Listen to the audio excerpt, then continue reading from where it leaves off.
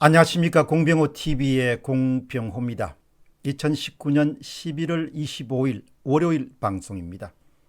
국민 10명 가운데 7명이 지난해에 비해 생활 여건이 나아지지 않았다. 62%입니다. 정확하게. 한 구직 사이트의 여론조사 결과를 보면서 제 생각은 7명이 아니라 더 많을 것이다, 그런 생각을 해보게 됐습니다. 그래서 제가 직접 여론조사를 실시해 봤습니다. 첫 번째 질문입니다. 여론조사 실시입니다. 7명이라고 하는 그런 의문 때문에 11월 24일 일요일 오후 8시부터 11월 25일 화요일 새벽 4시까지 총 8시간 동안 살림살이 여론조사가 실시됐습니다. 참가자 수는 43,000명, 의견까지 남기신 분은 6,900명이었습니다. 살림살이 여론조사에서 던진 질문은 아주 단순 명쾌합니다.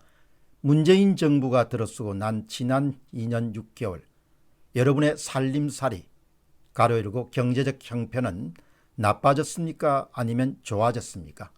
그 이유도 댓글로 남겨주시면 고맙겠습니다. 결과는 다음과 같았습니다. 지난 2년 6개월 살림살이가 나빠졌다. 악화가 96%입니다. 지난 2년 6개월 동안 살림살이가 좋아졌다. 개선이 1%입니다. 변화가 없다. 현상 유지가 3%였습니다. 결과에 대한 저의 해석은 다음과 같습니다. 국민 대다수인 100명 가운데 거의 96명 이상 96%가 살림살이가 악화됐다고 답했습니다. 반면에 국민 100명 가운데 오로지 1명 1%만이 살림살이가 나아졌다, 이렇게 주장합니다. 소득이 증가한 사람은 1%에 지나지 않았습니다. 국민의 절대 다수가 저성장으로 인한 매출 감소와 이익 감소로 극심한 고통을 겪고 있음을 확인할 수 있었습니다. 국민 절대 다수, 과거의 여론조사에서는 96%가 나왔습니다. 자체조사에서는 정도가 앞으로도 어두울 것이다, 앞으로도 경제 상황이 좋지 않을 것이다, 이렇게 답했습니다. 마지막으로 저성장의 원인을 정확히 진단해서 정부가 고집을 부리지 말고 합리적인 선에서 정책 전환이 그 어느 때보다 필요한 시점이다, 이렇게 정리할 수가 있습니다. 다음 질문은 현장의 목소리가 생각을 들어보도록 하겠습니다.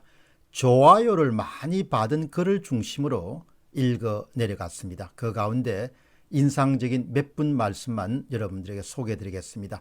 이분들의 말씀은 여과 없이 현장의 목소리를 담아내고 있다, 이렇게 보시면 좋겠습니다. 에미 해찬님은 제주에서 감귤 농어를 하고 있습니다. 올해처럼 주문이 없던 해가 없었습니다. 단지 맛이라든지 가격의 문제가 아니라 대부분 사람들이 돈을 쓰지 않습니다. 여유로 쓸 돈도 말라버렸기 때문이 아닐까 생각합니다. 농민도 다 죽어 나갑니다. 사람들이 경쟁적으로 지갑을 닫고 있기 때문에 현재의 소득 부족도 한 가지 원인일 것이고, 미래의 소득의 불안정성도 한 가지 이유가 될 것입니다. 두 번째는 블루스구님입니다. 16년간 운영한 식당을 4억 빚을 안고 결국 접고 말았습니다. 앞으로 어떻게 살아야 될지 막막합니다. 지옥이 따로 없습니다. 여기 대한민국이 바로 지옥입니다. 현재 자영업을 겪고 있는 어려움의 전형적인 상황을 담았습니다. 세 번째는 리토영 사랑님입니다. 25년간 경영하던 회사를 끝내 정리하고 말았습니다. 앞이 보이지 않습니다. 사람들은 힘이 들더라도 앞이 보이면 괜찮은데 현재의 고민은 현재의 성과 부족에다가 미래에 대한 불투명성이 아주 큰 역할을 하고 있습니다. 네 번째는 장유진님입니다. 나빠도 너무 나빠졌습니다. 가게에 오는 손님들이 용돈이 줄었다, 장사가 안 된다, 돈이 안 벌리니 마음대로 못 쓴다 등등 단돈 1,000원을 쓰는데도 벌벌 떠는 경우가 많습니다. 다섯 번째는 박경희님입니다. 하루하루가 살얼음판입니다. 회사가 언제 문을 닫을지 모르는 상황에 놓여 있습니다. 요새는 하루살이 같습니다. 여섯 번째는 038입니다. 제조업을 30년 하고 있는 60대 초반입니다. 공업용 저수 시설을 하고 있습니다. 2019년 매출이 평년치의 3분의 1 수준입니다. 제 생각은 앞으로 희망이 없을 것 같은 생각입니다. 7번째는 최시몬님입니다. 급여받고 일하는 입장이라서 체감이 좀 둔감한 것은 있습니다. 그런데 물가 오른다는 것은 체감됩니다. 5,000원 하던 밥집이 6,000원이 되고 6,000원 하던 밥집은 7,000원이 되고 있습니다.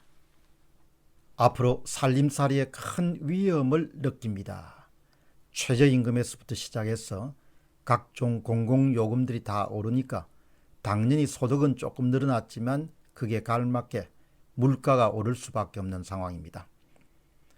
바건강광자님은 도로에 화물차가 줄어들고 있고 임해공당들 앞에 항만 입출량 대형 선박 대기 숫자가 엄청나게 줄었습니다. 마지막으로 안성님입니다. 자영업 모텔을 하다가 갑작스럽게 수지가 악화돼서 도저히 영업을 할 수 없어 그런 계산이 나왔기 때문에 하루빨리 청산하는 것이 나을 것 같아서 손을 뗐습니다. 지금은 일부 연금으로 살아가는데 그마저도 불안합니다. 우리나라가 이 정권이 들어서고 나서 앞이 보이지 않습니다. 하루빨리 조그만 빛이라도 보이길 바랍니다. 여러분 쭉 들어보셨는데 다양한 업종에 종사하시는 분들의 현장 목소리가 현재 한국의 경제 상황이 얼마나 어려운가를 잘 이렇게 여러분들에게 가르쳐주고 있습니다. 다음으로 원인과 진단을 살펴보겠습니다. 사람들은 다 해법을 갖고 있습니다. 염용관님은 소주성, 주 52시간 근무제, 최저임금 인상, 반기업 정서 등으로 일자리는 줄어들고 시중에 돈이 돌지 않아서 66년 평생 최악입니다. KJ 리님입니다. 다니던 직장에서 인원 감축으로 직장을 잃었습니다. 알바 자리도 자영업이 줄도산되면서 찾기가 힘들어졌습니다. 나똑바님입니다. 신도시에서 소규모 자영업을 하고 있습니다만 주변에서 왜 이리 장사가 안 되냐고 신시한탄하며 제가 아는 바 범위 내에서는 소주성과 주 52시간 시장경제에 정부가 개입해서 이런 상황이 발생하고 있습니다. 네 번째는 강성철님입니다. 세금이 너무 급격히 늘어나서 그에 반해서 급이 오르는 속도는 못 따라갑니다. 여러 가지 규제에 현금 흐름이 크게 나빠졌습니다. 어떻게 해야 하는가? 국가 차원에서는 정책 전환이 아주 시급합니다.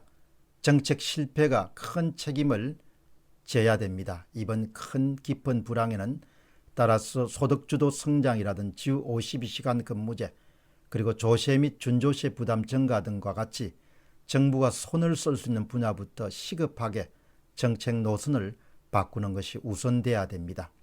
다음으로 개인 차원에서는 대부분 96%가 불황의 고통을 겪고 있고 앞으로 상황이 더 나아질 그런 전망이 아주 낮은 상황입니다. 따라서 모든 경제주체는 정확한 상황 인식이 우선돼야 될 겁니다. 장기 불황이 앞으로도 지속될 거다.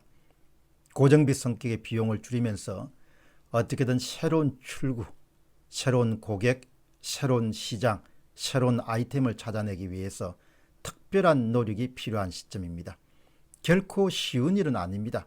그럼에도 불구하고 우리가 자신의 업을 새롭게 바라보고 새로운 문제 해결책을 만들어내기 위해서 좀 절실하게 질주해야 될 그런 시점입니다.